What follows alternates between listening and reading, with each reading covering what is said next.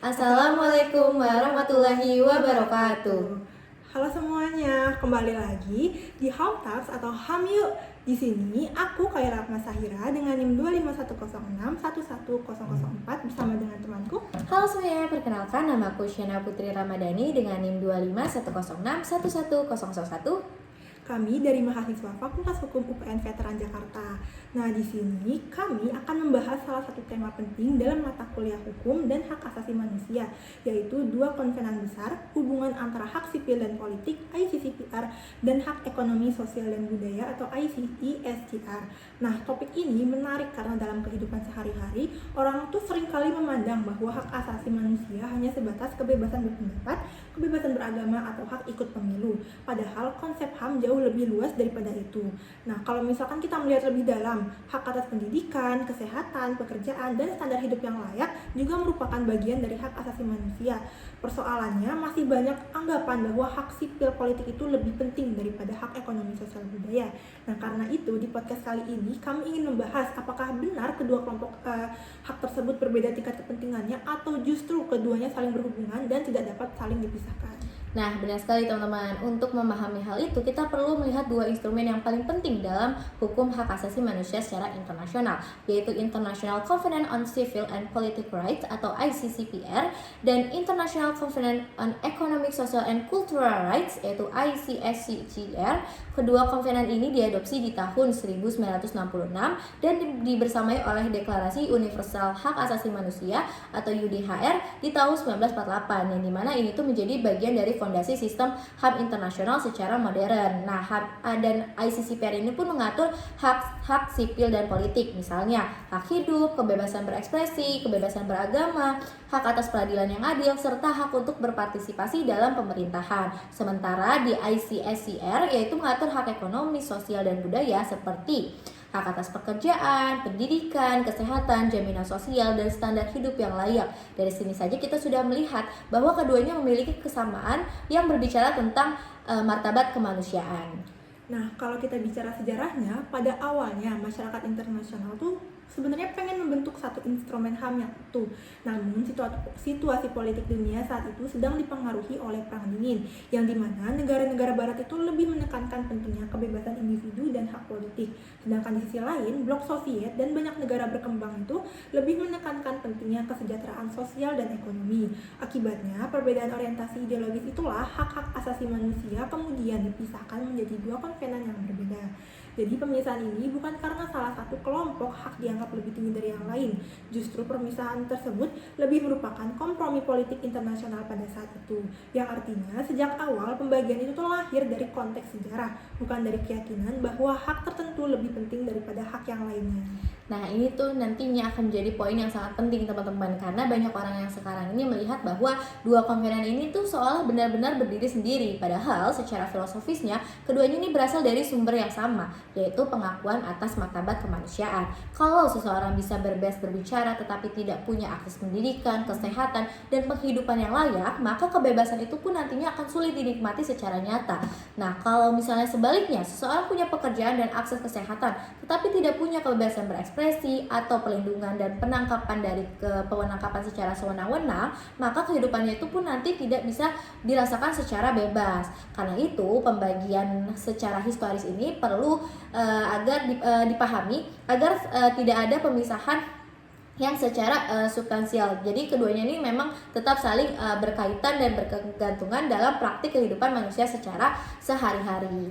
Nah, kalau kita masuk ke aspek hukumnya, salah satu perbedaan utama antara ICCPR dan ICSCR itu ada pada karakter kewajiban negara, yang dimana kalau di dalam ICCPR, negara memiliki kewajiban untuk menghormati dan menjamin hak-hak yang diatur di dalamnya. Kewajiban ini itu pada dasarnya berlaku segera atau tidak boleh ditunda. Yang contohnya itu misalkan negara tidak boleh melakukan penyiksaan, tidak boleh melakukan penahanan sewenang-wenang, dan harus menjamin adanya pengadilan yang adil.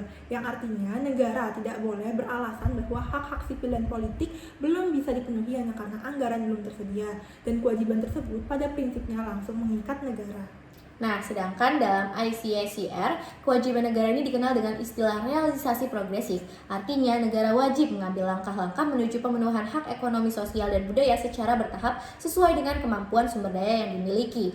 Misalnya, dalam hak atas pendidikan atau kesehatan, negara mungkin tidak bisa langsung menyediakan fasilitas secara sempurna untuk bisa dirasakan oleh seluruh rakyatnya. Namun, negara ini tetap wajib menunjukkan adanya langkah nyata dalam perkembangan secara terukur. Nah, kalau kita lihat, ini tuh penting untuk kita highlight karena konsep progresif ini bukan berarti negara itu boleh saja diam, tetapi negara ini perlu bergerak maju dan tidak boleh sengaja mundur dalam mengambil suatu langkah untuk mengurangi mengurangi pelindungan hak tanpa adanya alasan yang kuat.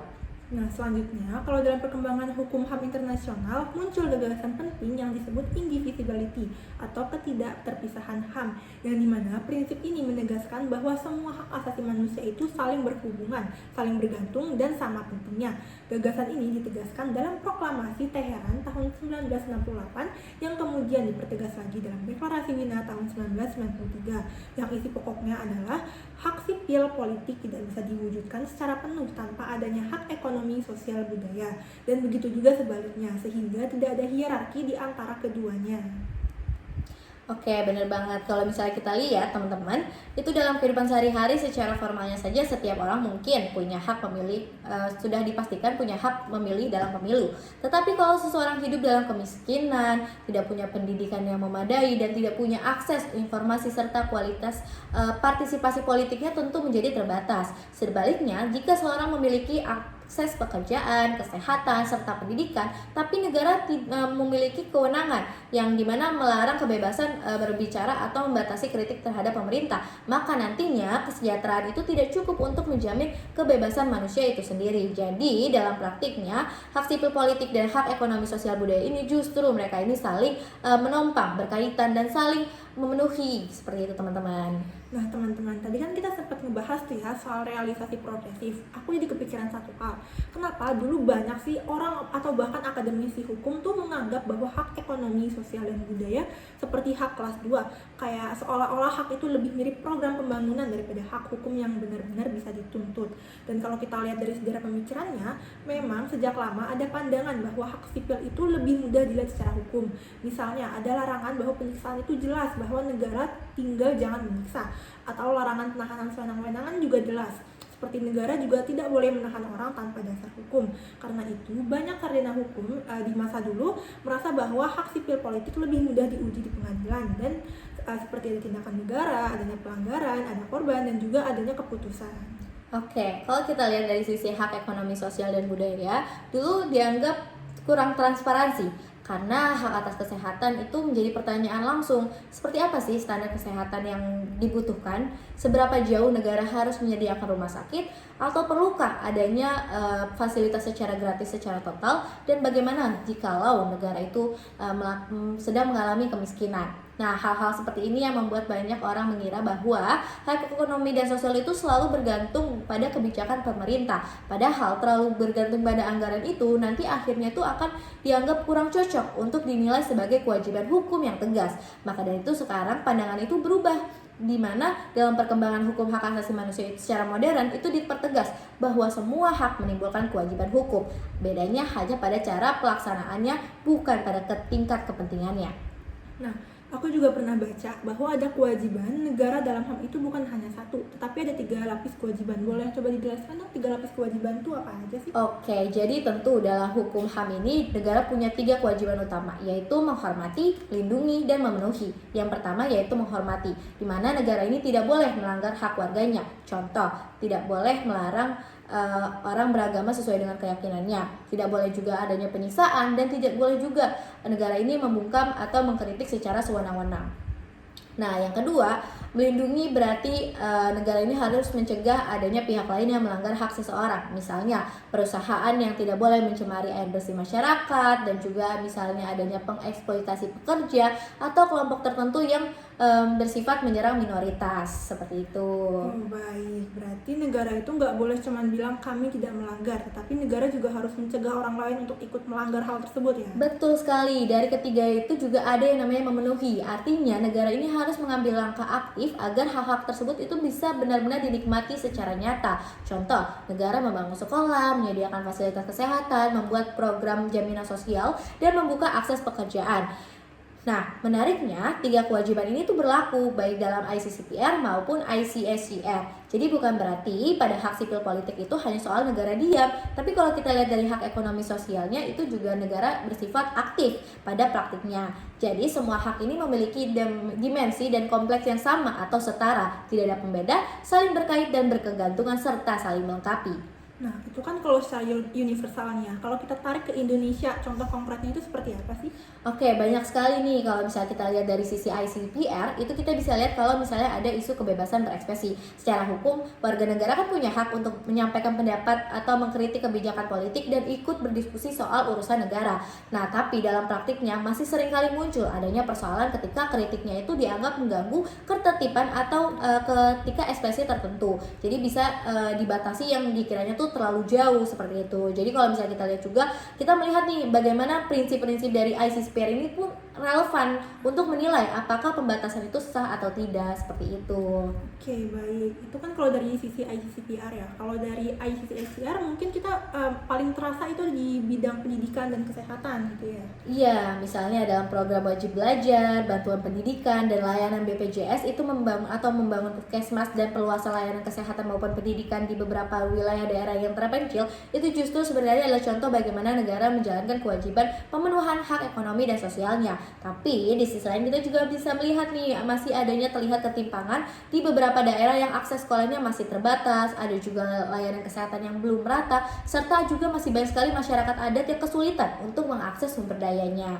Nah, dari sini kita juga melihat bahwa pekerjaan negara itu bukan cuma soal mengakui hak tersebut, tapi juga memastikan bahwa hak ini memang benar-benar dirasakan secara nyata dan dirasakan oleh seluruh warga negara.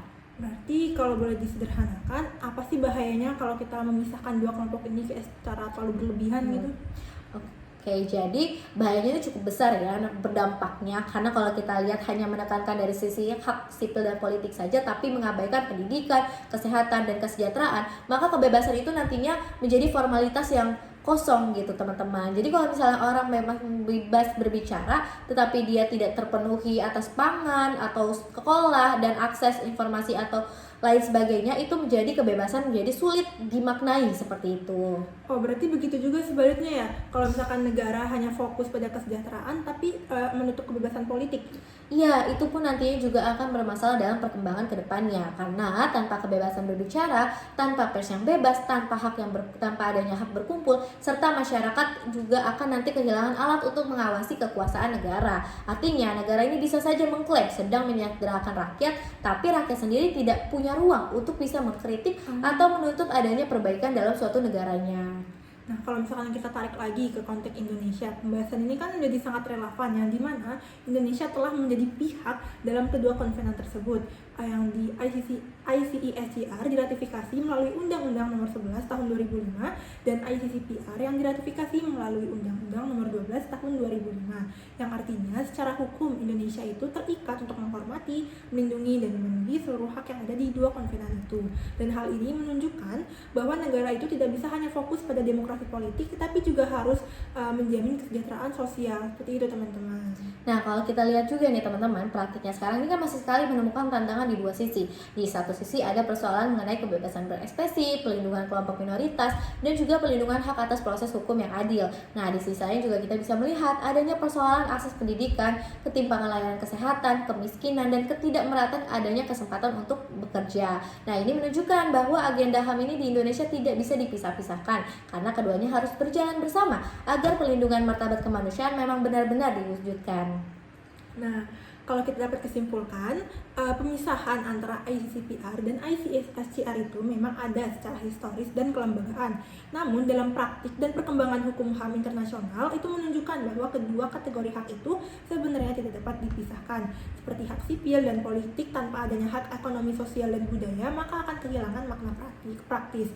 Begitu pula sebaliknya, jika hak ekonomi, sosial, dan budaya tanpa adanya hak sipil dan politik juga akan kehilangan jaminan kebersamaan.